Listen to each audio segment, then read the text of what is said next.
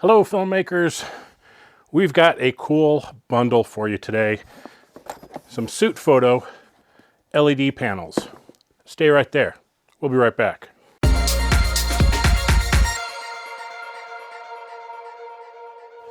All right, you guys know I like light.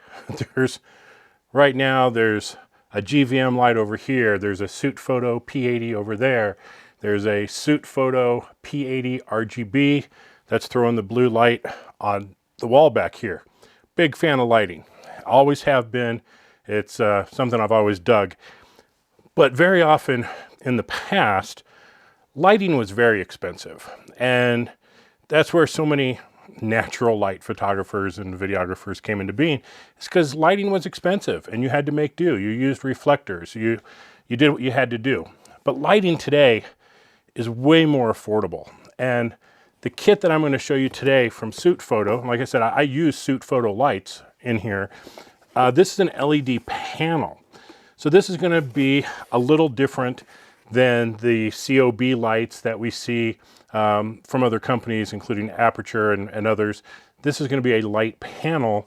So it has some advantages and disadvantages, but there's a lot of advantages.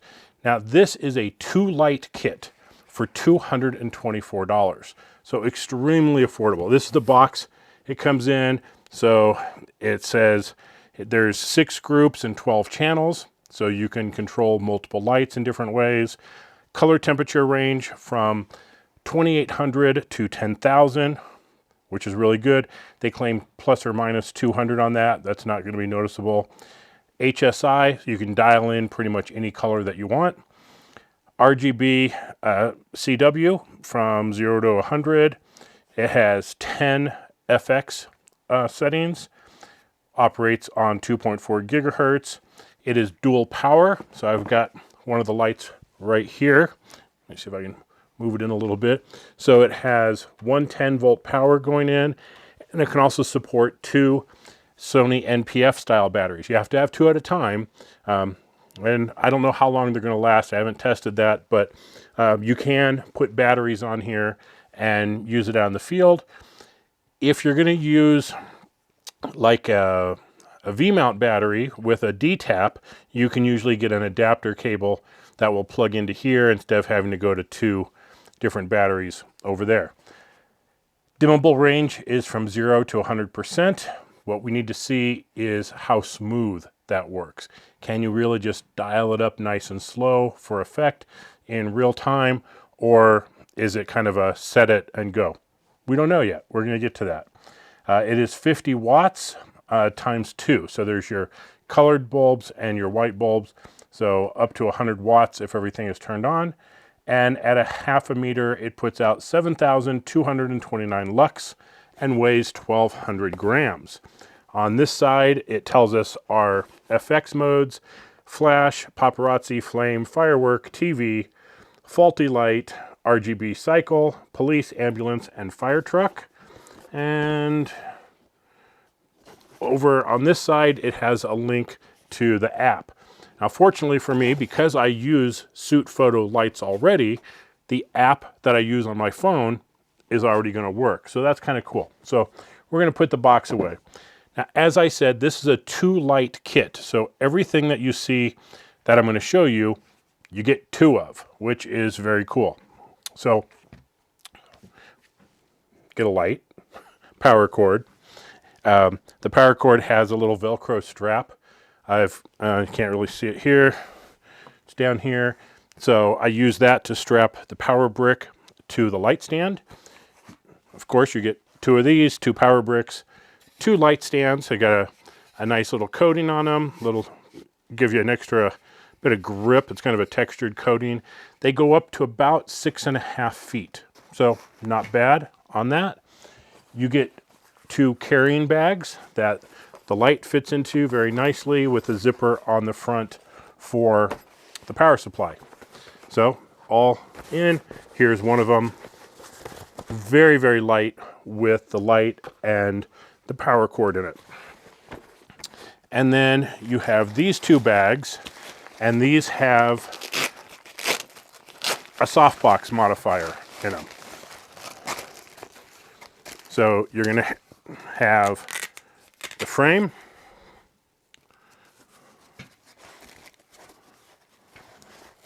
like so.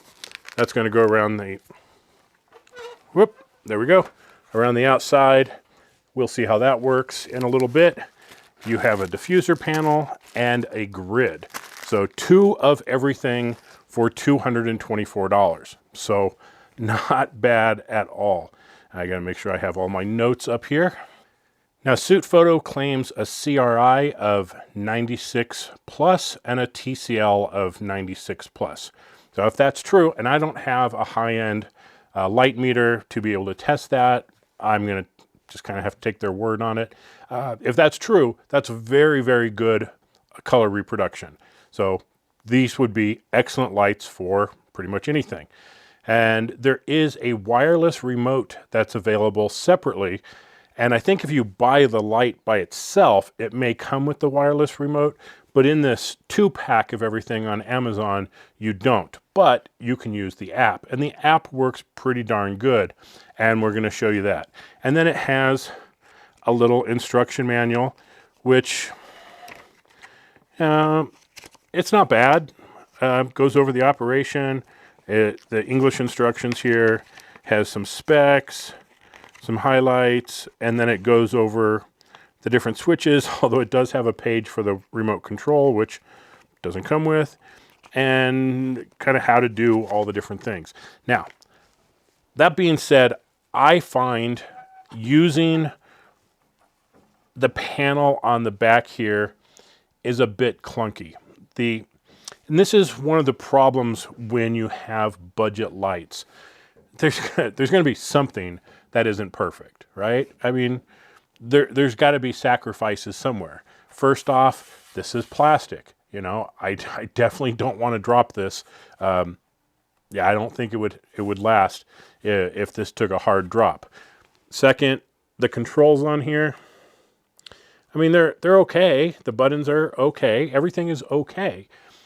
But again, $224 for 2 lights, that is not bad at all.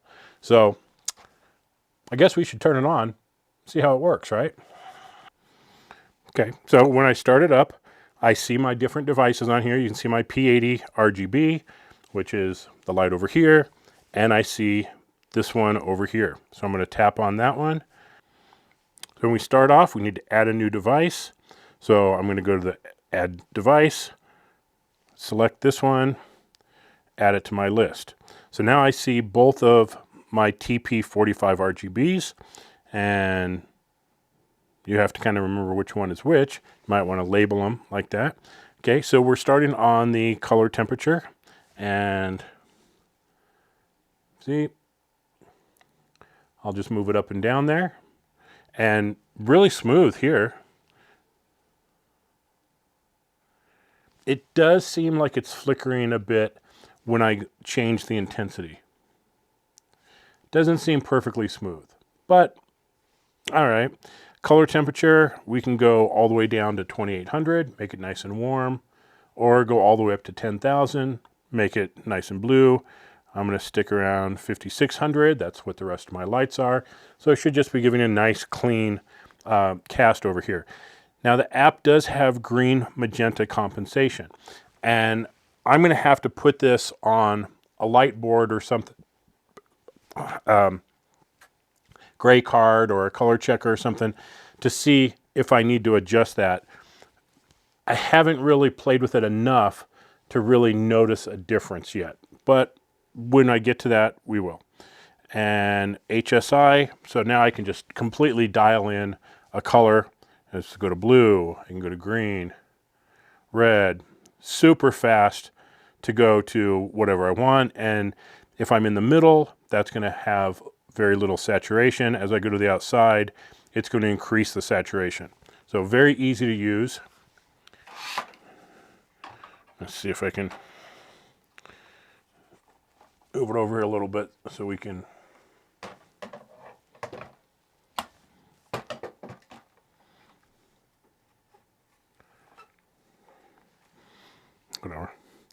we can go to our RGB values, and I can individually turn up different colors, get to the color that I want.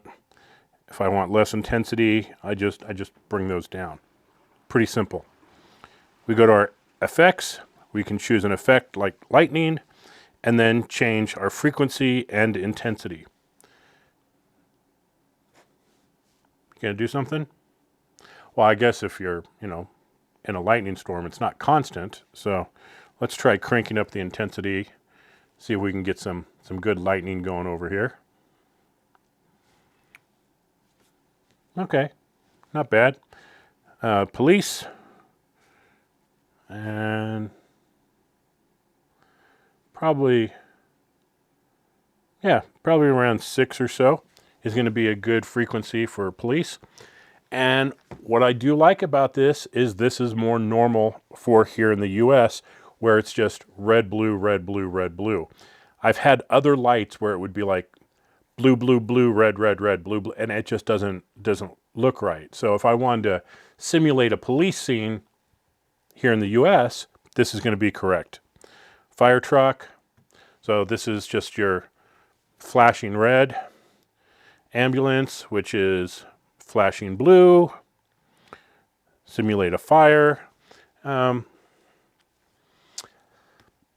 don't know. It just kind of depends. If this is supposed to be a big bonfire,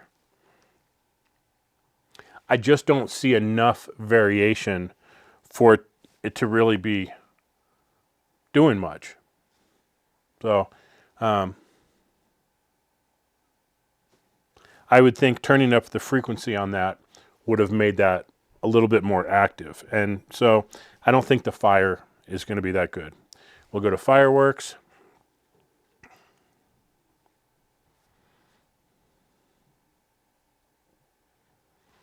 Okay, white.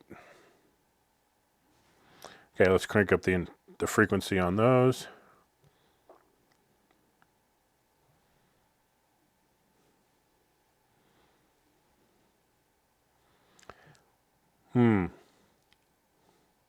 Seems like I'm really only getting white.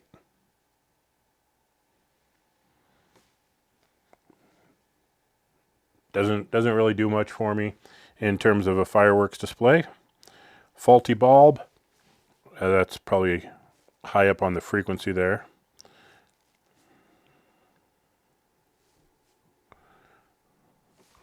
So this would be like walking through a warehouse or something, and the big lights on top are going a little funky. I don't know. It doesn't. Again, I just don't really see the control there of being able to set the frequency versus a randomness or something. TV screen. Why? I mean, we don't really see that being used much anymore.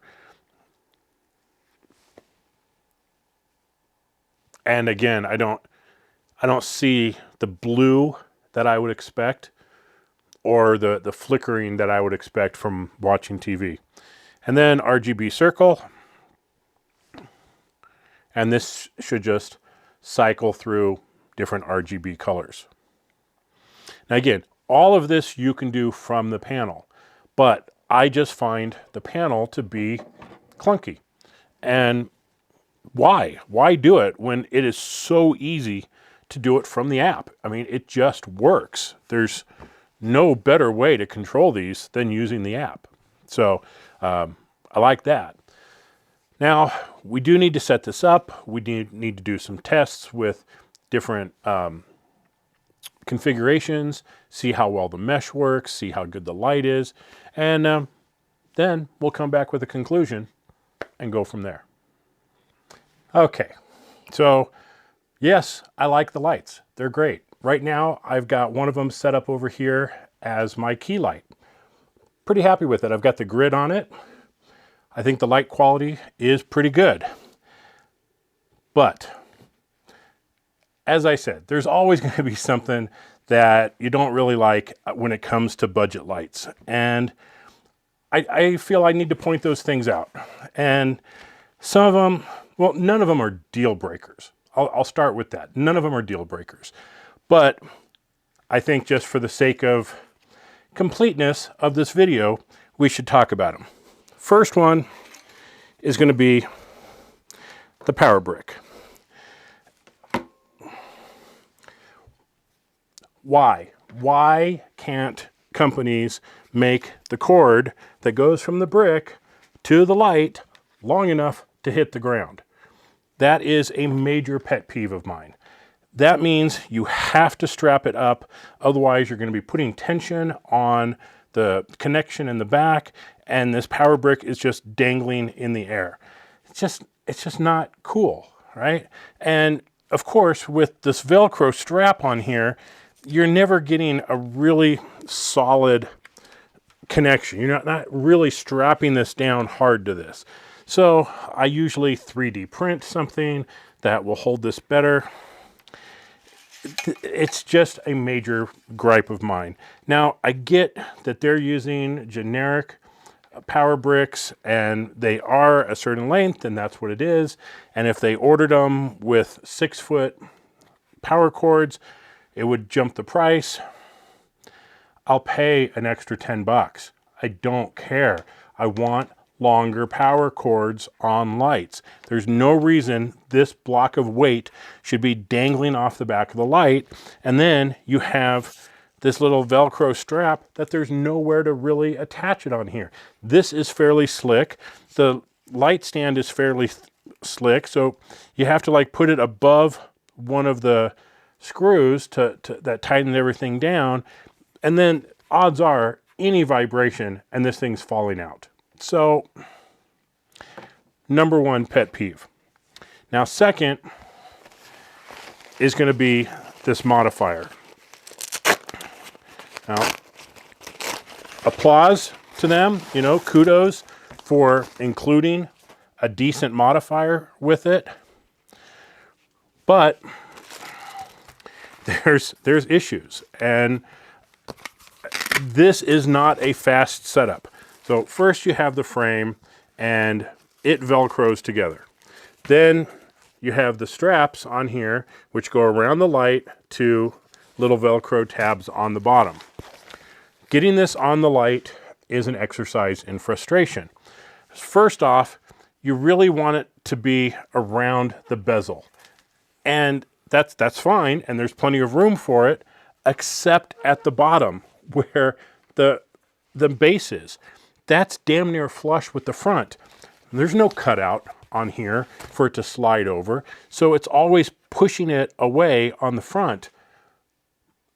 It just doesn't make sense. Why would they either not cut this out or have a bit of a lip here so that this could go around? Then you would put Velcro all the way around this so you could just put it in place. Instead, you're trying to build this thing, putting it in place, and it's just never going to sit in here well because of the space on here. Now, you can get it and it's going to be good enough, but it's just kind of a pain. And I got mine set up. I'm probably not going to be taking this light down anytime soon, so it's not the end of the world, but it's just something to know. If you're in a hurry trying to get this thing together, don't be in a hurry. Now, all it would really take to make this a lot better is if you took Velcro and put it all the way around the inside of here. There's Velcro on one side to attach the diffuser and the grid, but if you go ahead and add Velcro to this thin side over here and then add Velcro all the way around, that will make your life so much easier. Just dramatically easier if you have some Velcro on here, because then you can just tack it on. It's not going to be a big deal. But having this base almost flush really makes this thing difficult to put on. Once it's on, it seems to stay. I don't have any problem with it. So, like I said, mine's on there. It's going to stay. I'm good. The other one, like for this one being my fill light, it's probably not going to have it on, or I'll only have the diffuser on and not the grid, because this one I want to be very directional. The other one is just going to be a nice fill. So I'm still going to play around with it to see how I'm going to end up using it. But really, the only two big gripes I have is the length of the power cord and attaching this modifier. Again, cool that they give you one, and once you get it set up, it's pretty nice, but it's just kind of a pain. And it's a design flaw because of the way this base is, or not having a cutout in here. And I'm not going to try and cut this. I just think it would just ruin this, because it just feels like it's cardboard inside, and it would just be a lot of work to sit there and notch this out. But I will probably, if I'm going to use these away from the studio, I'll probably just put some Velcro on and make my life easy. Other than that, I really don't have any other issues with it. As I said, the light stands, they're not super heavy duty. They're enough to hold these in a studio. Would I trust these light stands with the lights on them outdoors with any wind? Absolutely not. I would have to put some sandbags on them like I would with any other light. It's because the footprint isn't really big, and these are going to act like giant sails. The wind is going to hit them, and they're going to go over. So if I'm outside, they're going to have sandbags. In the studio, no big deal at all. So I just wanted to touch on a couple of those negatives just to make sure that you understood what you're getting into if you get these lights. Well, there you have it, the Sutefoto TP45 RGB lights. I think there's quite a bit of different use cases for them. If you're trying to do an interview setup, it's great. A one-person setup, it's great. You can use them indoors, outdoors, portable with NPF style batteries, or something with a D-tap or 110 power. That's kind of cool. The light output is pretty darn good. I like that. And the accessory kit that you get with everything is pretty good. Now, the one thing, the light stands, they're a little cheap, which, again, I'm not really going to fault Sutefoto on this one, because this kit is only $224. I mean, I've bought individual lights that were way more than that, without light stands, without two lights, without modifiers, anything. So I'm pretty good with the price on here and the quality of the stuff that you get. So if you are looking for a good light setup, excellent light setup, maybe not. Is it going to have the power of a higher end one? No. Is it going to have some of the features of a higher end one? No. Is it going to be made of metal? No. But it's affordable and it works. And that's what I like about Sutefoto. That is a brand of lights that work.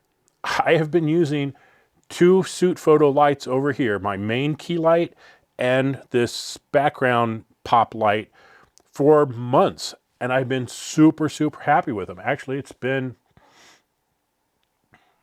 I don't know, at least 6 months, I think, maybe even closer to a year. I've been super, super happy with them. They've never failed me. They work great. But now, wanting something that is going to be a little easier to work with, a little more versatile in terms of how they work, because it's a flat panel. It can just be a nice soft light without having to put big modifiers on something. Of course, the bigger the modifier, the softer the light that you're going to get, of course. But as just being able to pop some light in somewhere with a panel like this is really cool. Now, I'll just go ahead and,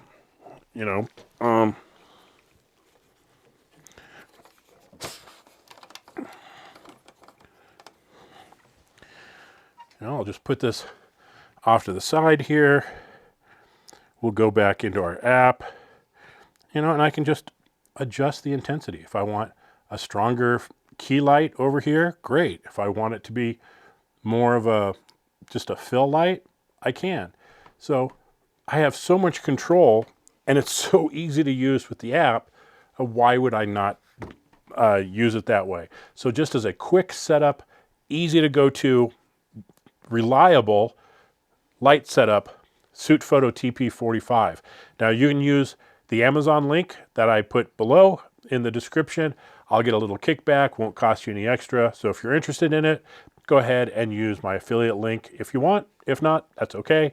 And I should mention that Sutefoto did send this stuff to me, but they're not seeing the video beforehand. They have no input on this.